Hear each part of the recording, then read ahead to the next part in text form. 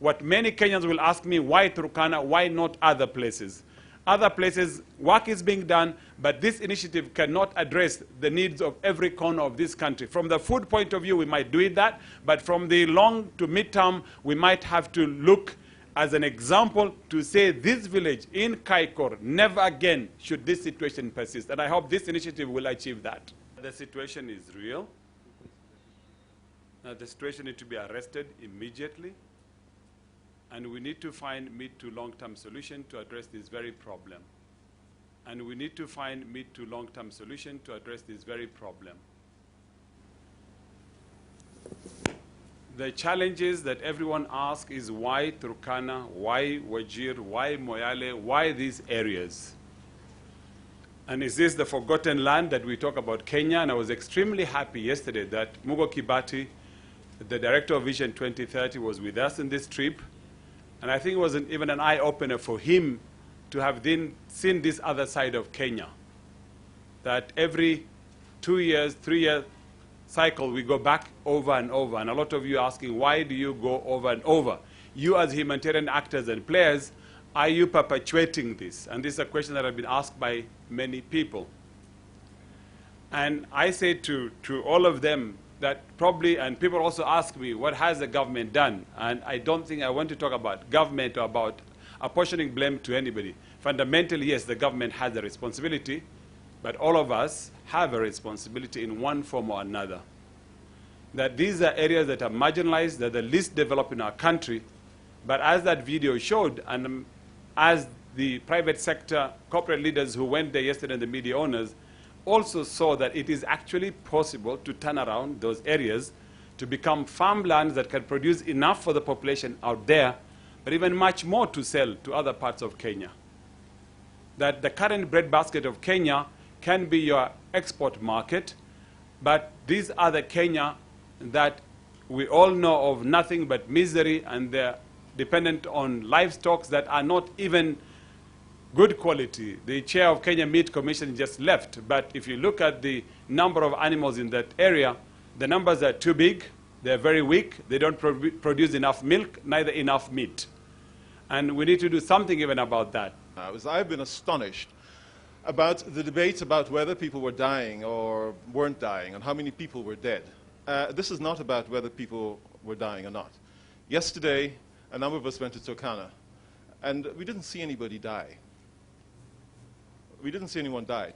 What we saw was a death of dignity. And you saw in the video, we saw men who should be standing proud. We saw them on their knees. We saw them unable to stand for themselves.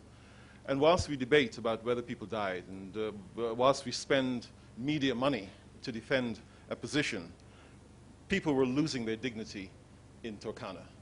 And I believe that they're losing their dignity in other parts of the country. Last Saturday, I was in West Pokot, and I also saw people losing their dignity. And ladies and gentlemen, you know, we left, we got on the flight and we came home and we were a little bit down.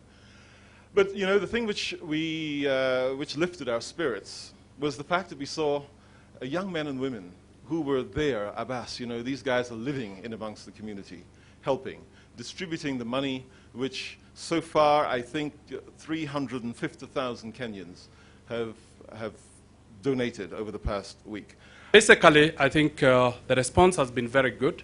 Maybe on behalf of Equity, let me confirm, on Wednesday, we received an amount of 260 million shillings from DFID to distribute in that region, 4,300 shillings to 60,000 families. And that distribution has been going on for the last 3 days. And that really, I would like to really take this opportunity for that initiative by UK, DFID, and partners to really make that contribution. This is a program that has been going on. Every 2 months, we pay 2,150 to each of the 60,000 families. But this time, they decided to double the amount to 4,300. So that really, the second one is really have been challenged, and I really liked Michael, the question of addressing the issue of Northern Kenya so that every year we don't need to be sitting here to make donations. Equity has really decided to invest in that region.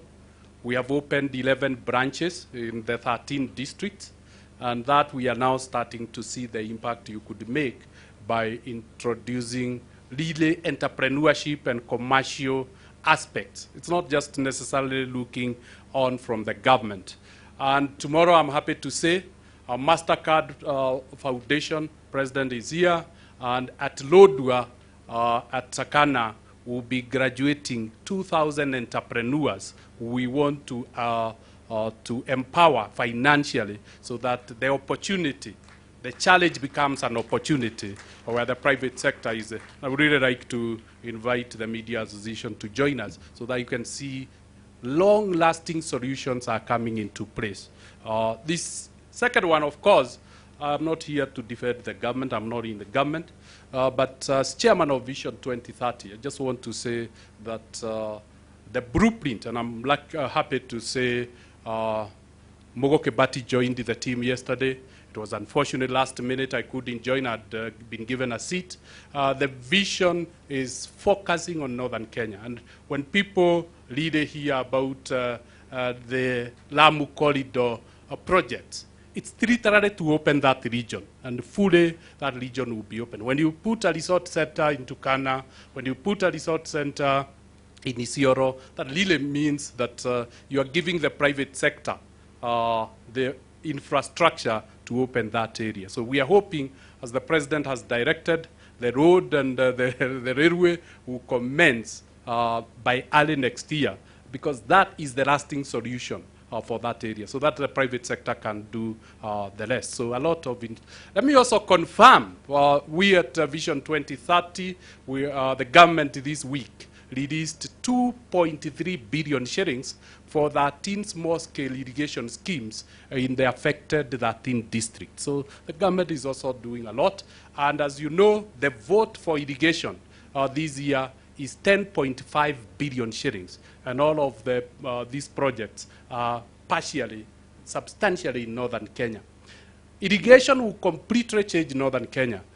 Those who know, Abbas mentioned it, we decided to take up and rehabilitate Bura Irrigation as Equity Bank, gave loans of about 230 million, and increased the yield in that region, Bura Irrigation, from 4 bags per acre to 31 bags per acre. And now we have introduced cotton. And these are the solutions that will solve the issues of Northern Kenya. However, we need to deal with the immediate need today. It's all about, we're working with Abbas and Bob on Hopefully. We are making arrangements to get the whole 7 million equity customers to participate. We've already opened the account, so hopefully in the next 2 weeks, we should be able to see what they have been able to, such that it is easy transfer. But for equity, we want to really do the cash today. And as Martin said, equity, I want to confirm what Martin said, that equity has overtaken KCB in size. So essentially, even in planning, it appears in our vision to support these, Martin, we are slightly above 7.5 million. I'll ask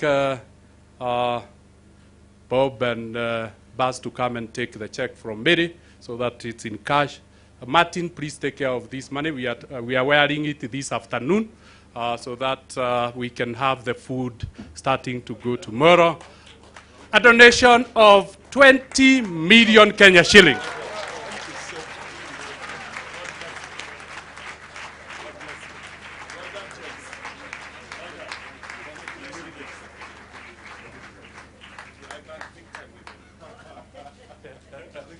Julie and Jeff, thank you. You're doing great. This event, we have moved it to the rest of the world. Our Kenyans abroad are participating. Instantly, they are watching me, they are on us. And don't wonder how it is happening, but it's happening. They are asking can we volunteer doctors to this region? I think it's something we, the corporate world, should look at it. If it's possible, they want also to know.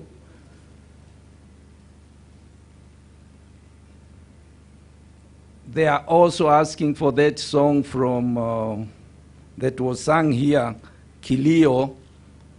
If they can get it, I'm sure we're going to put it in our digital media and they can download it.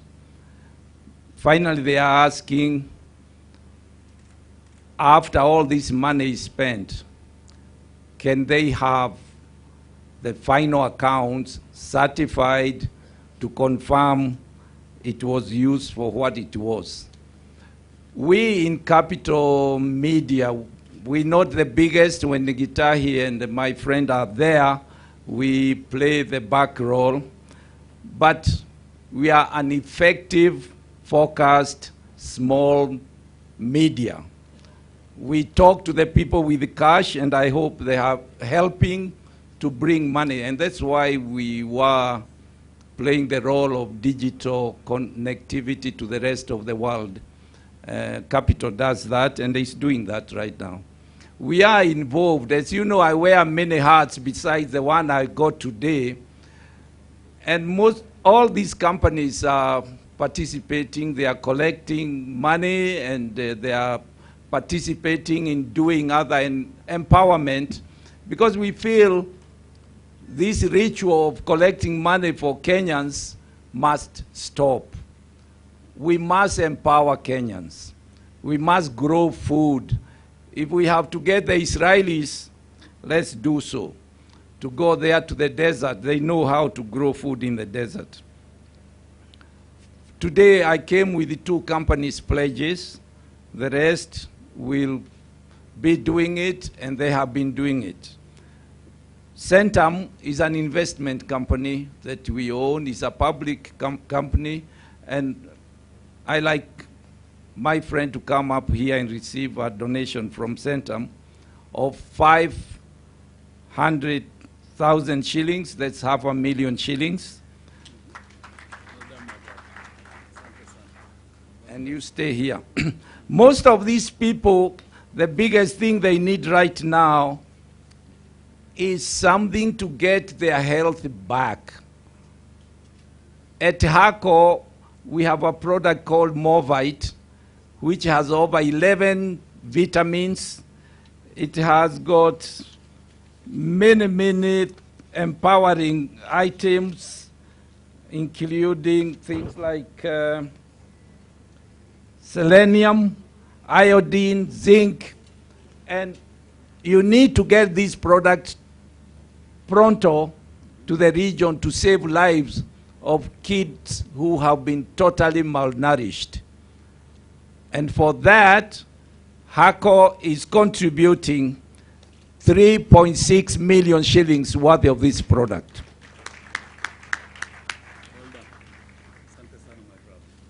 I do hope you give us a report on how that product has done, because we believe we need to save lives.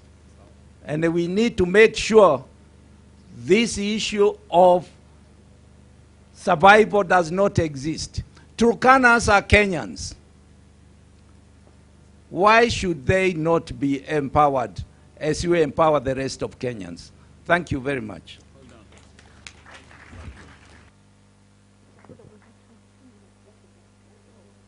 Thank you.